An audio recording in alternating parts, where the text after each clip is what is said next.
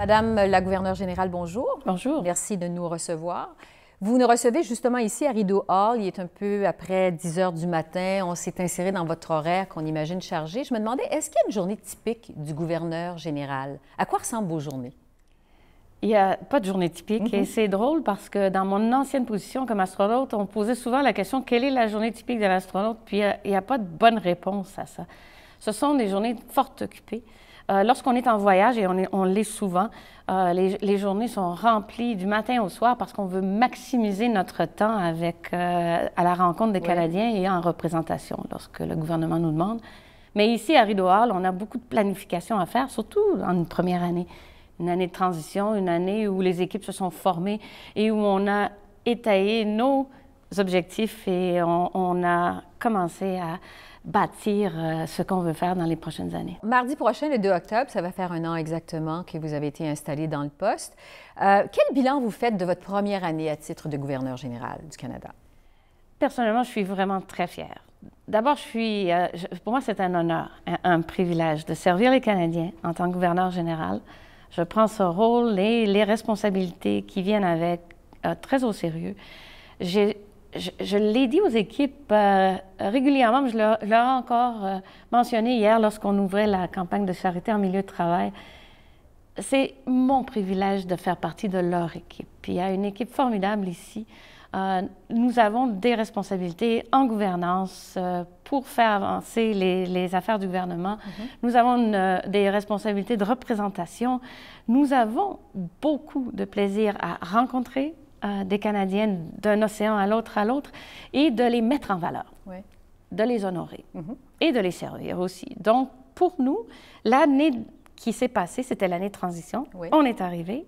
La nouvelle équipe s'est jointe à l'équipe en place. Nous avons eu plusieurs rencontres de planification et de travail pour pouvoir vraiment établir nos priorités. Pour ce qui s'en vient. Exactement. Bon. Et nous avons hâte de les partager puisque nous avons travaillé, entre autres, sur un virage numérique des infrastructures et nous allons dévoiler notre site Web tout nouveau avec l'information à jour dans quelques jours. Donc, le poste est en train de se mettre à l'ère numérique. J'aimerais savoir, au moment de votre assermentation, vous avez insisté dans votre discours d'installation sur vos priorités, évidemment, la science, l'avancement, les technologies, l'avancement de la société du savoir. Est-ce que jusqu'à maintenant, vous diriez que votre bilan est en phase avec vos priorités de départ? Je dirais absolument, mais on a aussi demandé à nos équipes et avec des partenaires que nous avons, qu'est-ce que ça voulait dire pour eux? Par exemple, on s'est dit comment on va décliner ceci pour que ça touche les gens dans leur milieu de travail, mais aussi que ça touche les gens à l'extérieur pour que nous ayons une relation plus intense, plus dynamique, plus pertinente avec ces thèmes. Donc, nous avons décliné de cette façon. Évidemment, avec la science est une partie de ce qu'on doit se poser comme question pour pouvoir faire avancer toute chose. On utilise son jugement, son esprit critique, sa puissance d'analyse et on se base sur des faits et des données pour étayer les prises de décision que nous faisons.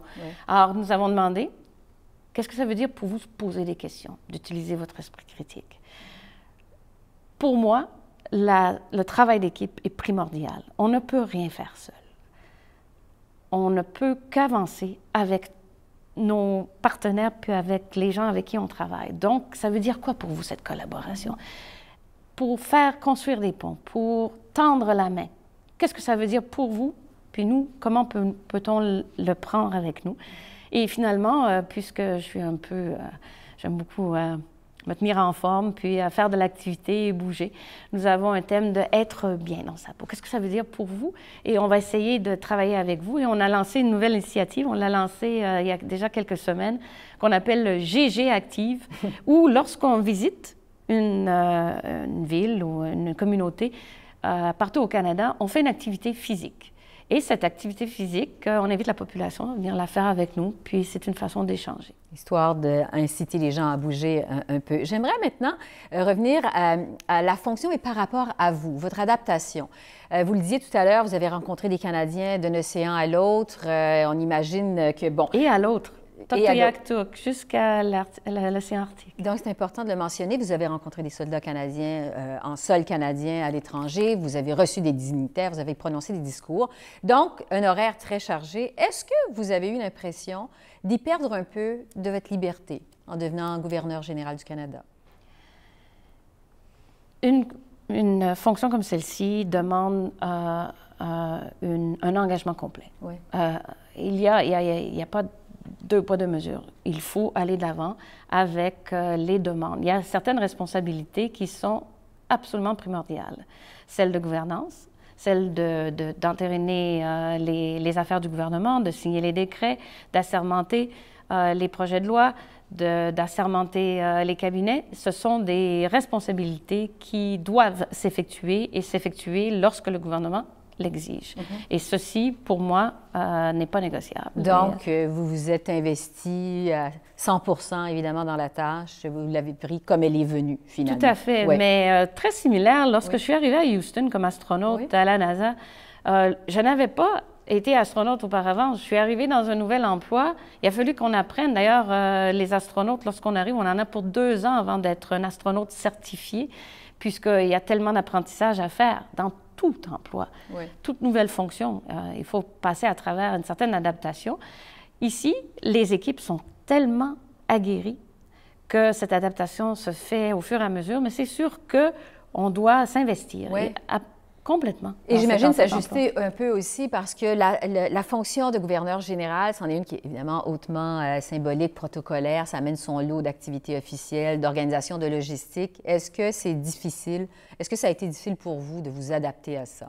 Moi, je vous dirais que c'est le plus grand privilège de cette position. Oui. Ces aspects où on rencontre les gens, surtout lorsqu'on leur remet les décorations, là où on les honore. Quelle chance de pouvoir d'abord rencontrer des Canadiens de tout acabit, d'un océan à l'autre. J'y tiens parce que l'une des choses qu'on a fait en novembre dernier, c'était d'inaugurer un tronçon d'autoroute entre Inuvik et Tuktoyaktuk et qui reliait pour la première fois par la route le Canada jusqu'à l'océan Arctique. Ce privilège de rencontrer les gens, c'est ce qui est le plus extraordinaire de cette position. Et on le fait chaque jour. J'ai déjà rencontré des milliers de Canadiens à travers les voyages et c'est quelque chose qui est très exaltant. Votre première année n'a pas été sans critique. Au mois d'octobre dernier, en fait, à l'automne dernier, vous avez prononcé un discours devant un parterre de scientifiques ici à Ottawa et vous avez ouvertement critiqué les gens qui remettent en question les changements climatiques et qui croient au créationnisme. Est-ce que, avec le recul, c'était un impair pour une gouverneure générale de faire ça? J'y ai beaucoup pensé et j'ai beaucoup aussi écouté ce qu'on a dit à propos. De mon côté, j'ai fait une allocution comme j'avais fait de très nombreuses allocutions comme astronaute auparavant, mais je ne suis plus astronaute, je suis gouverneur général. Et donc, je représente tous les Canadiens et pour moi, c'est important, puisque, en fait, le but de mon allocution n'était pas du tout de critiquer, mais bien d'encourager le débat, d'encourager la discussion.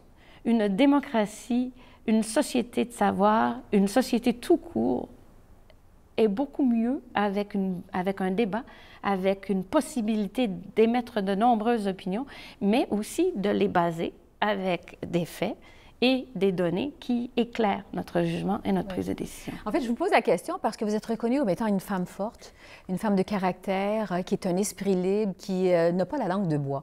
On raconte même qu'au moment de votre discours d'installation, vous avez mis de côté le discours des gens du protocole pour dire ce que vous vouliez dire. Est-ce qu'il vous a fallu apprendre à dire les choses comme gouverneur général? J'ai certainement compris qu'il fallait que j'ajuste la façon dont je livrais les commentaires ou les opinions que je voulais émettre. Je n'ai pas l'impression du tout, parce que c'est l'une des grandes valeurs canadiennes. Cette ouverture, cette tolérance et cette liberté d'expression. Et je la partage complètement. je me sens tout à fait à l'aise d'exprimer, mais dans la manière de l'exprimer, j'avais des leçons à prendre et je les ai prises. Récemment, on a rapporté dans les médias qu'il y avait des tensions dans votre entourage, que à cause de conflits de personnalité, il y a 3 personnes proches de vous qui ont quitté au cours de la dernière année. Est-ce que ça reflète la réalité? Nous avons eu une transition. Il y a, comme je le disais, une nouvelle équipe qui s'est jointe à l'équipe déjà en place. C'est très normal dans la fonction publique de chercher des expériences dans d'autres ministères. Et personnellement, j'encourage et je valorise particulièrement la recherche d'opportunités. Et dans le cas des gens qui nous ont quittés, 2 d'entre elles, entre autres, sont au ministère du Patrimoine, dans des fonctions que nous avons facilitées et avec qui nous sommes en contact encore étroitement aujourd'hui. C'est très important de continuer le développement professionnel et nous encourageons et valorisons ce type de recherche ici à Rideau-Hall. Donc, des départs qui sont faits dans le cours naturel, finalement, des fonctions. On a rapporté aussi qu'un conflit d'horaire vous aurait, je devrais dire, empêché de donner la sanction royale au projet de loi sur la marijuana au mois de juin dernier parce qu'on vous aura averti trop à la dernière minute et que vous n'avez pas pu le faire. Est-ce que ça reflète encore la réalité? Est-ce que c'est le cas? Vous imaginez qu'avec des horaires compliqués, oui, avec le bureau du premier ministre, avec le bureau du greffier du gouvernement du Canada, avec le bureau de la secrétaire du gouverneur général, on passe souvent beaucoup de temps, tout le temps, à essayer de coordonner et marier les horaires. Il arrive qu'il y ait des conflits d'horaires d'un côté ou de l'autre. Jamais, par contre, les responsabilités sont escamotées pour un conflit d'horaire, puisque c'est la fonction numéro 1 du gouverneur général. C'est ça, c'est une tâche fondamentale. Fondamentale. Exactement. Et donc, la sanction royale a été donnée telle que prévue au bon moment. Alors, je peux tout assez bien passer. Les tractations, par contre, vont toujours avoir lieu. C'est normal. Un autre rôle important pour la gouverneure générale, c'est de s'associer, parrainer des activités charitables, philanthropiques, culturelles. D'année en année, il y a de ces organisations qui s'ajoutent, des organisations à but non lucratif et qui attendent après le prestige du poste de gouverneur général pour poursuivre leur activité. Est-ce que vous avez l'intention de vous délester d'une partie de ces activités-là, de cette charge-là? Au contraire, nous avons avec les équipes eu de très, très nombreuses discussions, sessions de planification, organisation, pour s'assurer que le plus grand nombre d'organismes charitables continuent à avoir une relation avec Rideau-Hall. Nous avons énormément d'estime et nous valorisons cette relation. Nous sommes désolés de la perception que ça a pris peut-être un peu de temps, c'est que nous avons vraiment regardé. Il y avait des listes et des listes d'organismes, certains dont l'association n'avait pas été revue depuis 50, 75, presque 100 ans. Et donc, nous voulions faire les choses correctement afin d'amener plus d'organismes et d'avoir une relation plus dynamique, plus précise, plus pertinente avec ces institutions, mais aussi d'amalgamer beaucoup de nouveaux organismes qui nous ont contactés. Principalement, je vous dirais, du côté femmes en sciences ou des organismes scientifiques et de savoir, puisque c'est... Ça vous ressemble davantage, c'est un peu la priorité de votre mandat. Donc, comment on amène tout ça en ayant la meilleure relation possible? Oui. Donc, nous avons établi des critères et des paramètres, mais avant de les annoncer, nous avons le devoir de parler à tous nos partenaires d'abord, et c'est ce que nous sommes en train de faire. Parce que, justement, on rapporte qu'il y a des organisations comme Scout Canada, Ambulance Saint-Jean, Société royale canadienne de géographie qui attendent depuis un an de savoir à quoi s'en tenir, à savoir si la gouverneure générale va continuer à appuyer ces causes-là. Quand est-ce que vous comptez faire savoir la liste des organisations que vous voulez continuer à soutenir? Nous avons déjà parlé avec beaucoup de ces organisations. Nous avons aussi complètement mis des paramètres et des critères sur notre site web qui sort dans quelques jours. Bon. Et donc, tout sera là. Bon. Vous disiez tout à l'heure, il y a des organisations qui n'avaient pas été revues, l'association, depuis 50 ans, depuis plusieurs années. Je vous écoute, est-ce que vous êtes en train un peu de dépoussiérer la fonction de revoir un peu la fonction de gouverneur général? C'est la fonction qui a évolué pour moi. C'est le Canada qui a évolué. On évolue tous. Cette fonction date du début de la Constitution. Et surtout, auparavant, les choses étaient complètement différentes. C'était des envoyés de la couronne britannique qui venaient ici servir au Canada comme gouverneur général. À partir de Vincent Massey, c'est devenu un gouverneur général canadien et c'est aujourd'hui toujours un gouverneur général canadien. Mais les choses changent lorsque les intérêts, les facilités de communication, même de déplacement des années du 19e siècle ne sont pas du tout à la mesure du 21e.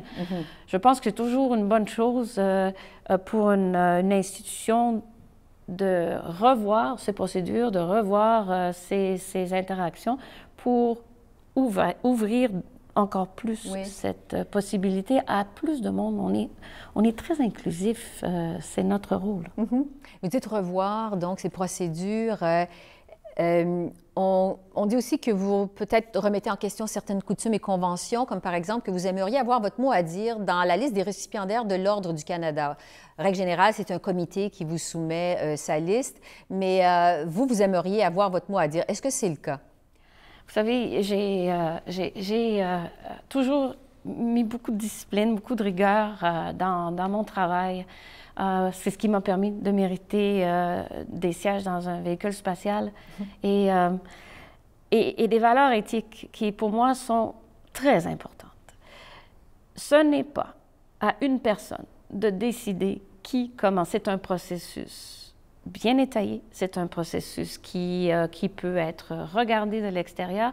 Le comité aviseur de l'Ordre du Canada est composé de gens exceptionnels et ce sont eux qui regardent les nominations qui sont proposées de par la chancellerie qui est sous le bureau du gouverneur général. Le gouverneur général, quand je suis arrivée, je voulais comprendre ce processus-là et je continue à m'intéresser fortement à notre processus de nomination, puisqu'on veut, encore une fois avec notre nouveau site Web, pouvoir utiliser les outils informatiques pour permettre à plus de Canadiens d'offrir des nominations de personnes qui le méritent et d'avoir une agilité plus grande pour pouvoir augmenter le nombre de décorations et d'honneurs que nous pouvons donner. Donc, vous dites que vous voulez comprendre le processus. Est-ce que vous voulez avoir votre mot à dire, selon ce qu'on rapporte? Il serait tout à fait non éthique de la part d'une personne de changer la liste qui est soumise au comité aviseur. En bout de ligne, c'est un comité aviseur qui avise, mais c'est un processus très bien rodé qui doit aussi, mérite toujours d'évoluer et de grandir pour avoir une inclusivité de l'ensemble de l'excellence qui se déroule ici au pays. Comme le comité aviseur est présidé par le juge en chef de la Cour suprême, je peux vous assurer que nos critères sont revus et bien détaillés et qu'on continue à laisser ce processus transparent. Transparence, rigueur, équité, excellence. Évidemment, c'est largement documenté, vos accomplissements. Vous êtes astronaute, vous êtes allé 2 fois dans l'espace, vous parlez 5, 6 langues, vous êtes une musicienne accomplie. Vous avez remporté énormément de succès au cours de votre vie. Qu'est-ce que vous répondez aux gens qui pensent que le poste de gouverneur général est en deçà de vos capacités? Oh, je ne pense pas à ça comme ça, du tout. Au contraire, je ne m'attendais pas à ce qu'on m'offre ce poste, mais c'est vraiment un privilège, un honneur de servir les Canadiens.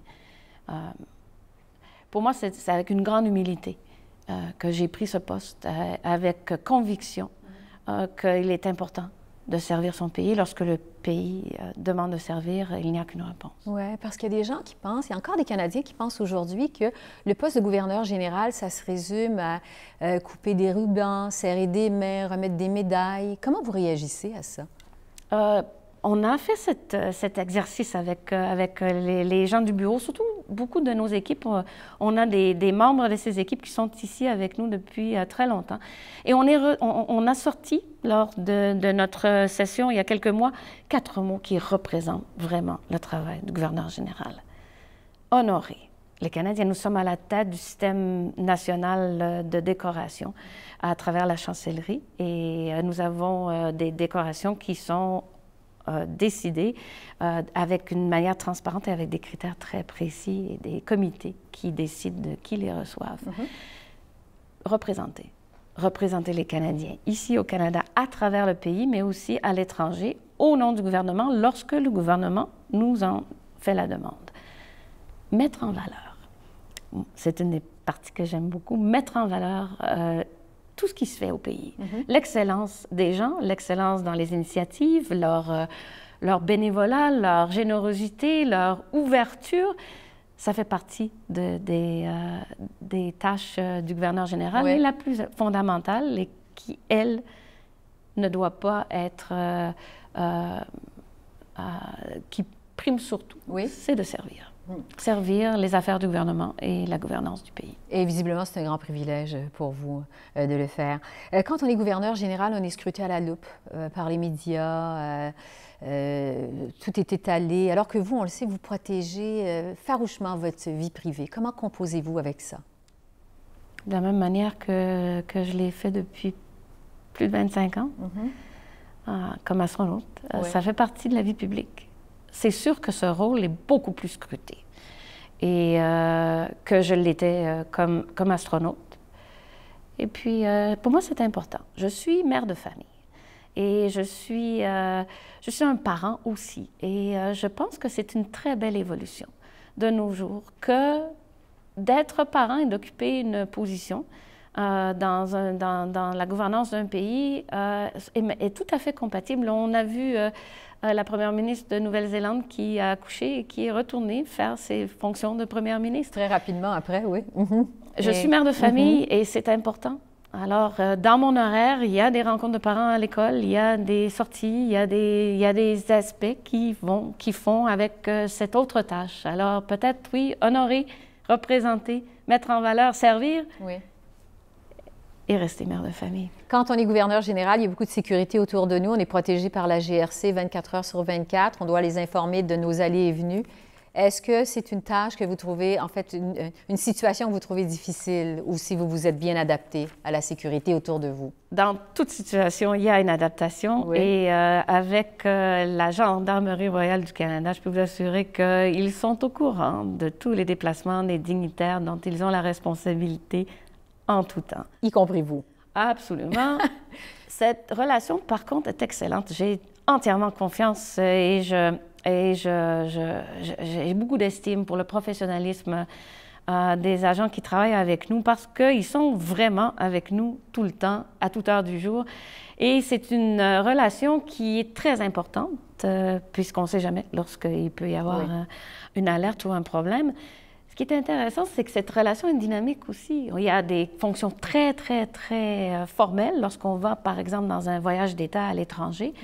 Il y a des fonctions un peu moins formelles lorsqu'on va au théâtre à Ottawa ou à Vancouver. Et il y a les fonctions personnelles. Et avec les équipes, on s'adapte. Et cette relation est excellente. Est-ce que le poste de gouverneur général était ce à quoi vous y attendiez avant de l'accepter, au moment de l'accepter? Lorsqu'on est venu me chercher, je n'étais pas au courant que j'étais considérée pour cette position. Donc, je n'avais pas pensé à ce que ça pourrait être. Mais puisque j'ai servi mon pays en tant qu'opérateur de véhicules spatiaux dans le passé, il était clair que lorsque le gouvernement m'a demandé de venir servir les Canadiens, je n'ai pas hésité. Et j'ai appris par la suite à connaître ce métier et à l'apprécier. Quelles sont vos relations avec le premier ministre Trudeau? Très bonnes. C'est une relation très importante et c'est quelque chose qu'on veut aussi partager avec les jeunes Canadiens en particulier, la façon dont notre gouvernement est structuré avec un système judiciaire, la Cour suprême du Canada, qui est indépendant, le gouvernement, qui est la branche exécutive, qui est élue et qui fait les lois, qui donne les politiques et qui décide du budget, et la Couronne, qui fait partie de la Constitution canadienne et qui fait partie de ce système extraordinaire que nous avons, qui fait de nous une démocratie transparente et dynamique.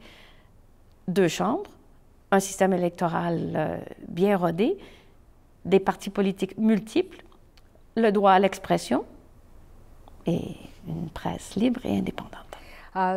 On le sait, bon, la science, c'est votre dada. Vous êtes extrêmement connaissante. On rapporte que vous parlez aussi à la ministre des Sciences de temps à autre. Qu'est-ce que vous répondez aux gens qui pourraient penser que vous tentez de vous immiscer dans le processus législatif? C'est l'une des belles prérogatives d'un gouverneur général de pouvoir rencontrer les ministres et les décideurs du pays et d'entendre les différents points de vue. Et puisqu'on se déplace à travers le pays, dans toutes les communautés, dans le Grand Nord, dans le sud du pays, d'un océan à l'autre, à l'autre, à l'autre, encore une fois, nous avons cette possibilité de vraiment entendre des choses, d'écouter les gens, d'être vraiment en symbiose avec tout ce qui se passe. Et donc, c'est de très bonnes conversations que nous avons avec les décideurs et avec aussi les hauts fonctionnaires qui font énormément de travail pour partager les renseignements que nous avons comme gouverneur général, comme bureau du gouverneur général, mais aussi pour avoir ces discussions. Est-ce que vous avez le sentiment, au cours de la dernière année, d'avoir gagné la confiance des Canadiens? Je l'espère beaucoup. J'espère qu'ils avaient déjà confiance en moi auparavant. J'espère que je leur ai rendu fière auparavant dans ma vie publique précédente et que je le fais encore. J'applique vraiment, et c'est important pour moi, beaucoup de discipline, beaucoup de rigueur.